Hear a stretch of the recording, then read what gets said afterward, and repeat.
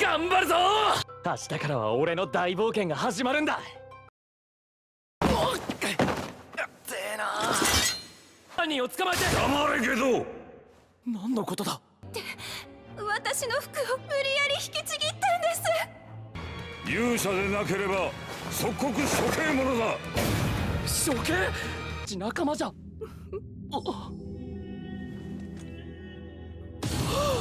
盾の勇者など召喚しなければ。しかし盾がここまで身の程をわきまえろ。いいんだよ。 Throughout our lives, there are moments in which we have felt wronged by someone.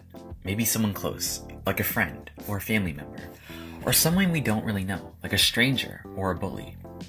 But whenever those moments occur, we are usually overwhelmed by a combination of emotions. This could be sadness, anger, or confusion.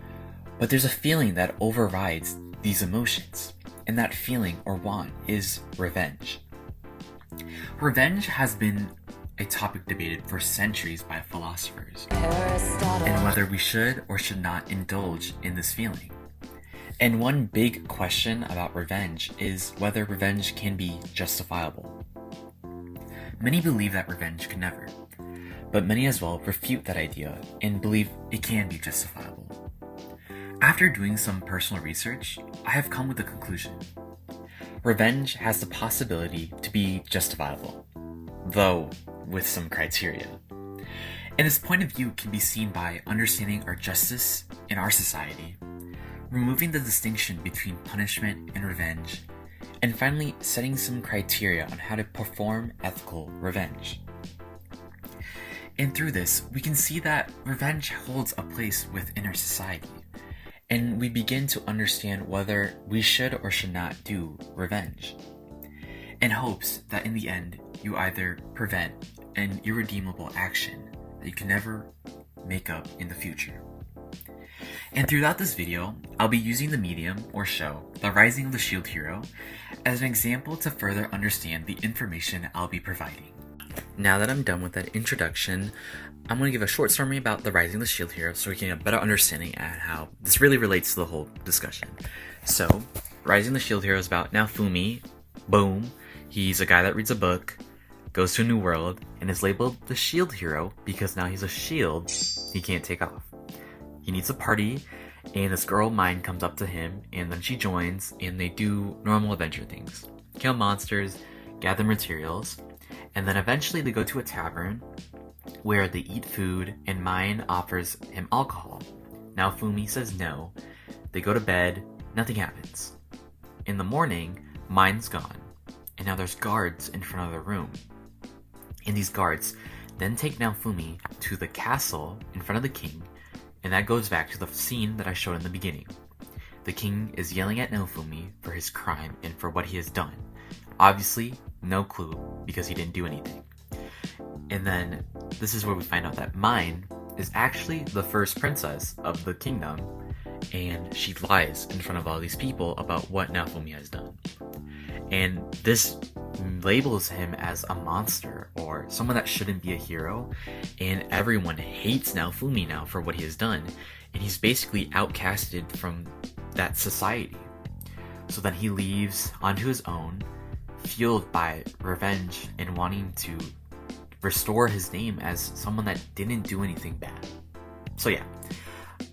Also, that all happens in one episode, the first episode. But this all goes to hand into the end of the arc in which there's a trial, and Naofumi is given the option to enact his revenge.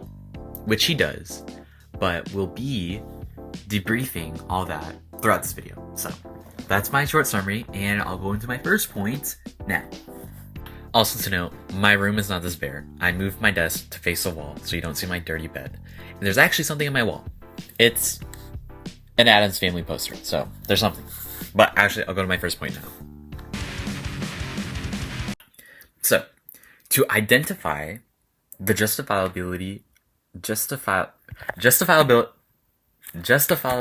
to understand the argument on how revenge could be justifiable, we must understand on how justice applies to our society. When you do a simple Google search, the definition of justice is literally 4 words. It's just behavior or treatment. Gives us nothing. But we can get a better understanding of justice by looking at the foundations and structures put in place within our society. There are many types of justice philosophies, but we're going to be looking at one a little bit closer, which is retributive justice. With a little help of my friend, Stanford Encyclopedia of Philosophy, and Alec Wallen, we can learn more about this retributive justice. In shorter words, retributive justice is similar to the phrase, an eye for an eye. When committing a wrongful act, it's morally deserved to suffer a punishment in the same degree of the crime. In addition, that it's morally good for a punisher to give a punishment to someone that deserves it, and that it's morally wrong to severely punish the innocent. Like many philosophies, retributive justice has many flaws, but many strengths. And that doesn't remove the fact that we utilize these ideas within our society. The purpose of retributive justice is to prevent future crimes and wrongdoings, and to deter crime to continue from the same perpetrators. Sounds familiar? Exactly. Retributive justice is evident in our justice system and in the courtroom. People are punished for their wrongdoings, and these punishments are usually proportionate to their crime. That can be questioned, but it is there. And retributive justice is a part of our society and something that we value in keeping the order of our society. Though, another can of worms that I can open that demonstrates this is the death penalty. From the Death Penalty Information Center, we can see arguments for and against the death penalty. And a big argument for the death penalty is to deter crime from the perpetrator and for the future. And it can be brought that it isn't effective as a deterrence, but the death penalty is legal. Not in all states, but in many states in the United States. And we live in a society where individuals value the idea of the death penalty and that it's important to keep around. Really going to show that retributive justice is ingrained in our society. These 2 reasons clearly demonstrate that retributive justice is in our society, but they also show that retributive justice is in the society of the rising of the shield hero. The idea of a death penalty or execution, the king's threat, very evident of that. But there's evidence of a justice or a court system also, as in the climax of the story, Mine is put on trial for her crimes. Though we won't be talking about this right now, but it will be discussed later. To continue from my last point, I must explain the connection between punishment and revenge. Revenge is very necessary in the philosophy of retributive justice. It's literally the core component of the philosophy. But what does revenge play in part with retributive justice? Well, many believe that punishment and revenge are very distinct from each other, resulting in the belief that revenge can never be considered as justice. But once you give a deeper look in comparing both terms, you can see that the line between the two begin to blur and that they're much alike than we think. There are many arguments for revenge and retributive punishment to be different and distinct from each other. And so we're going to list some arguments and really go deeper into see how these arguments don't really help the idea that they're different, but actually that they're quite similar to each other. So, 1. Retributive punishment is done for wrong, while revenge may be done for injury, harm, or slights and doesn't need a wrong. Point 2. Retributive punishment has limits to the amount of punishment, while revenge does not. Through the assistance of the journal article Punishment and Revenge by Leo Zybert, which I found from JSTOR, wonderful database, we can begin to deconstruct the barrier between revenge and retributive justice. Let us start with the first argument. Retributive punishment is done for wrong, where revenge may be done for injury, harm, or slights and doesn't need a wrong. This definition could be right in some cases, but it's much harder to explain that an injury, harm, slight are not a result of a wrong. This idea of wrongs is actually a huge spectrum, from slight minor wrongs to more major severe wrongs. And obviously retributive punishment is there with those more enormous, severe wrongs, but there are cases in which retributive punishments have been placed for very minor things, such as jaywalking or possessing marijuana, which is plentiful of legal within various states in the US. And have you ever seen a weird list of laws in the US? Those are weird things to be fined for or banned. And obviously, in reality, shouldn't be, but they are. In addition to the injury, harm, and slight aspect, they could be a result from a wrong. These wrongs don't have to be major. It could be not smiling back to someone or saying hello and not getting a hello back. These could be considered as wrongs as they have caused, some type of injury or harm to that person and could be a actual source for revenge. But if we're going to be serious, no one's going to get revenge over someone not saying hello back. I mean, maybe I don't think so. Maybe me once in a while. But, so yeah, revenge can have very abnormal reasons to begin with, but the same could be said for retributive punishments. So yes, this definition could be right, but it's much easier to understand and argue that revenge is solely based by wrongs, even from small actions like retributive punishment within our justice system. Now for argument 2. Retributive punishment has limits to the amount of punishment, while revenge does not. Revenge can be seen as having no limits, but this really only considers the viewpoint of an outsider. Whether a punishment can be considered within a limit can really only be determined by the punisher themselves. And this applies to both terms, revenge and retributive punishment, as well as the fact that revenge and retributive punishment don't have to punish the perpetrator exactly to their wrong. Revenge doesn't have to be some drastic action. It could be something petty, like being a little rude, or simple inconvenience such as blocking the way. And while revenge has its limits be a little looser, it doesn't mean that there's no limits. And for cases for which the act of revenge results in massive consequences, it could be questioned on whether it was truly revenge or for a bigger motive. While there are some differences between revenge and retributive justice, they're a lot more similar than you realize. These similarities can support the idea that revenge could be under the philosophy of retributive justice. To end my argument, I'm going to explain my last point, which is how to perform justified and ethical revenge. Now you might be wondering, how can we actually do this? And well, we can follow some criteria and structure to perform ethical or justified revenge. Some articles that we can use to gain some direction on how to do it. From the article, Shall We Not Revenge by Jake Beardsley, we can find somewhat of a structured ethical revenge. In this article, there are 3 criteria that you must follow, which is bystander criterion, reasonable confidence, and proportionality. For bystander criterion, it really just means on how revenge affects bystanders.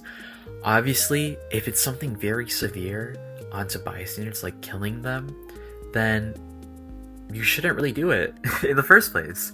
And so if your revenge is very minimal on the impact towards bystanders, such as maybe a little inconvenience, your revenge could be considered as ethical and justified.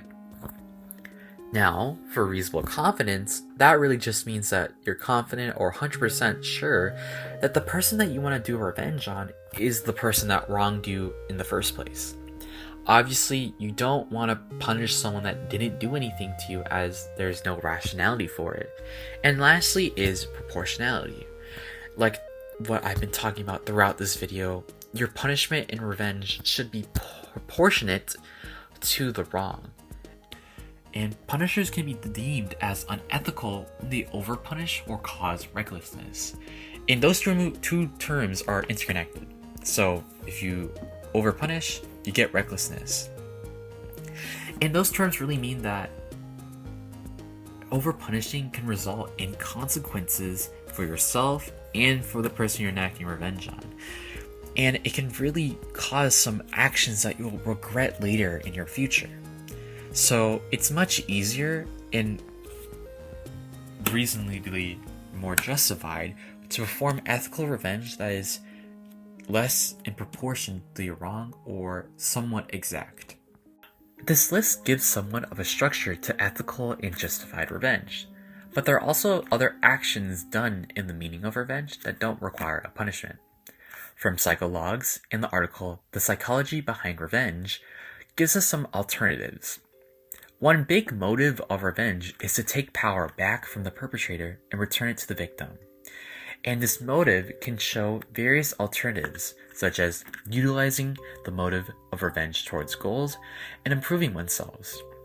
And you might be wondering, how is that revenge? But it's still revenge as you're preventing the perpetrator from continuing to affect your life and regaining that power back from the perpetrator and returning it to the victim themselves.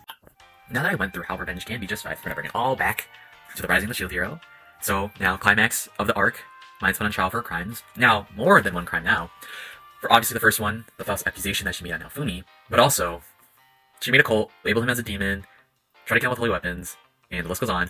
And so obviously, she did very bad things to Naofumi that are very understandable and wanting revenge on. And it is confirmed that she has done these things towards him, and even the queen understands that, and the queen's important because she has more authority than the king. And so, obviously through the trial, the queen offers Naofumi his decision on how Mind should be punished. And at first, he does say executor, but that doesn't happen. He changes his mind with a much lesser punishment of just changing her name to a bad word. So obviously, if he stuck with the execution of Mind, it's much easier to debate that the revenge was not justified, as it quite seems very out of proportion. But with his actual punishment that he puts on Mind, we consider it as justified. It, 1, doesn't affect bystanders. 2, he is very confident and it's confirmed that she did do that crime. And 3rd, in proportion to what she has done to him, it's not too bad. She could have died in the end, so. Yes, I believe Naofumi performed a justified revenge in the story of Rising the Shield Hero.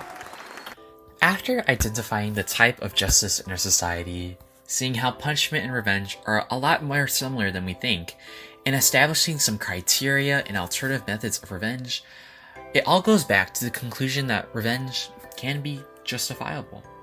And you might be thinking, so what? Why is this important to me to learn? And well, revenge, the idea of revenge, the feeling of revenge, it'll always be prevalent in our lives. And as much as we don't want it and want to avoid it, there will be people that will wrong us. And once this revenge, or this idea of revenge pops in your mind, hopefully you'll think about this video. Remembering that revenge does have a place in our society, and that you question yourself about your actions and the consequences of those actions that it could bring.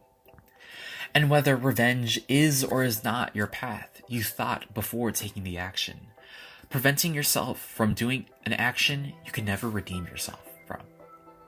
Thank you. This is Kenny.